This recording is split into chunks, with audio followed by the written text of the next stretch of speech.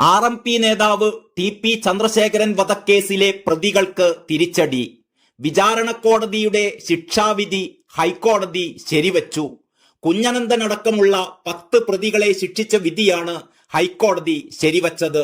അതേസമയം KK കൃഷ്ണൻ, ജ്യോതി ബാബു എന്നിവരെ വെറുതെ വിട്ട വിചാരണ കോടതിയുടെ വിധി ഹൈക്കോടതി റദ്ദാക്കുകയുണ്ടായി.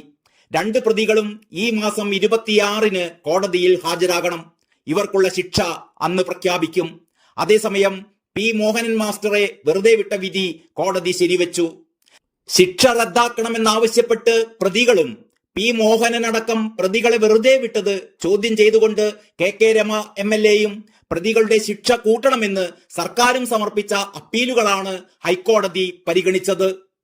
വടകരയ്ക്കടുത്ത് വള്ളിക്കാട് വെച്ച് 2012 മെയ് 4-നാണ് RMP സ്ഥാപക നേതാവ് TP ചന്ദ്രശേഖരനെ ഒരു സംഘം അക്രമികൾ ബോംബെറിഞ്ഞ് വീഴ്ത്തിയ ശേഷം വെട്ടിക്കൊലപ്പെടുത്തിയത്.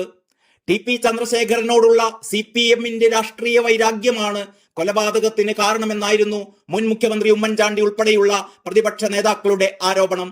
വിചാരണയ്ക്ക് ശേഷം 2014-ൽ MC അനൂപ്, കിർമാണി മനോജ്, കൊടി Suni, TK Rajeesh, CPM Panoor area committee അംഗമായിരുന്ന PK കുഞ്ഞനന്തൻ അടക്കം 11 പ്രതികളെ ജീവപര്യന്തം തടവിനും കണ്ണൂർ സ്വദേശി ലംബു പ്രദീപിനെ 3 വർഷത്തെ തടവിനും ശിക്ഷിച്ചിരുന്നു. 36 പ്രതികൾ ഉണ്ടായിരുന്ന കേസിൽ CPM നേതാവായ P മോഹനൻ മാസ്റ്റർ ഉൾപ്പെടെ 24 പേരെ വിട്ടയക്കുകയായിരുന്നു. ശിക്ഷ അനുഭവിക്കുന്നതിനിടെ PK കുഞ്ഞനന്തൻ 2020 ജൂണിൽ മരിക്കുകയുണ്ടായി.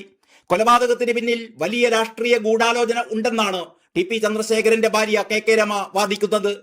പ്രതികൾ ചെയ്ത കുറ്റകൃത്യത്തിന്റെ സ്വഭാവം കണക്കിലെടുത്ത് പരമാവധി ശിക്ഷ വിധിക്കണമെന്നാണ് സർക്കാരിന്റെ അപ്പീലായി കോടതിക്ക് മുന്നിലെത്തിയത്. കൊലപാതകം ആസൂത്രണം ചെയ്തവർ ശിക്ഷിക്കപ്പെട്ടാലേ TP ചന്ദ്രശേഖരന് നീതി ലഭിക്കൂ എന്ന് TPയുടെ ഭാര്യ KK രമ പല അഭിമുഖങ്ങളിലും ഇതിനു മുമ്പ് പറഞ്ഞിരുന്നു. P ജയരാജൻ, പിണറായി വിജയൻ, എളമരം കരീം എന്നിവർക്കെല്ലാം ഈ ഗൂഢാലോചനയിൽ പങ്കുണ്ട്.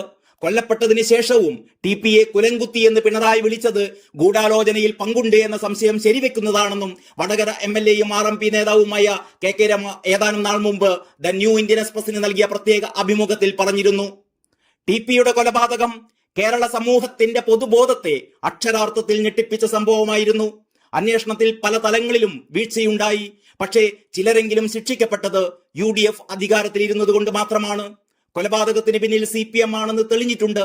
UDF അധികാരത്തിൽ ഇരുന്നത് കൊണ്ട് മാത്രമാണ് അത് സംഭവിച്ചത്. തിരഞ്ഞെടുപ്പിൽ ജനങ്ങൾ CPM-ന് തക്ക മറുപടി നൽകിയപ്പോൾ ഒരു പരിധിവരെ നീതി ലഭിച്ചു. എന്നാൽ കൊലപാതകം ആസൂത്രണം ചെയ്തവർ ശിക്ഷിക്കപ്പെട്ടാലേ TPക്ക് നീതി ലഭിക്കൂ എന്നും KK രമ ആ അഭിമുഖത്തിൽ പറയുകയുണ്ടായി. സംസ്ഥാന നേതൃത്വത്തിന്റെ അംഗീകാരമില്ലാതെ ഒരാളെ കൊല്ലാൻ 2 ജില്ലാ കമ്മിറ്റികൾ കൈകോർക്കില്ല. ശിക്ഷിക്കപ്പെട്ട കുഞ്ഞനന്തനെ പോലെ P മോഹനും കുറ്റക്കാരനായിരുന്നു. എന്തിനാണ് കോടതി വിട്ടയച്ചതെന്നറിയില്ല. കൊലപാതകം നടന്ന് 2 ദിവസത്തിന് ശേഷവും പിണറായി വിജയൻ TPയെ കുലംകുത്തിയെന്ന് ആവർത്തിച്ചു വിളിച്ചു. കൊലപാതകത്തിന് ശേഷവും അത് ആവർത്തിക്കണമെങ്കിൽ വിജയന്റെ മനസ്സിൽ എത്ര വെറുപ്പുണ്ടാകും.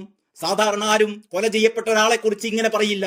അത് മാത്രം മതി അയാൾക്ക് ഇതിൽ പങ്കുണ്ടെന്ന് വിശ്വസിക്കാനെന്നും രമ കൂട്ടിച്ചേർത്തിരുന്നു. മകൻ +1-ന് പഠിക്കുമ്പോഴായിരുന്നു കൊലപാതകം.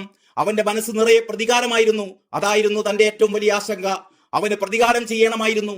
ആ ചിന്താഗതിയിൽ നിന്ന് അവനെ തിരിച്ചു കൊണ്ടുവരുവാൻ തനിക്ക് കഴിഞ്ഞു. എന്നാൽ യഥാർത്ഥ പ്രതികൾ ശിക്ഷിക്കപ്പെട്ടില്ല എന്ന വേദന അവനുണ്ട്.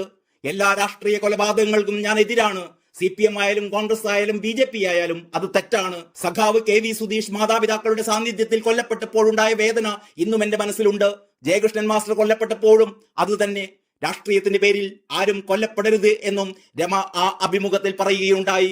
News desk Kalakaumudi.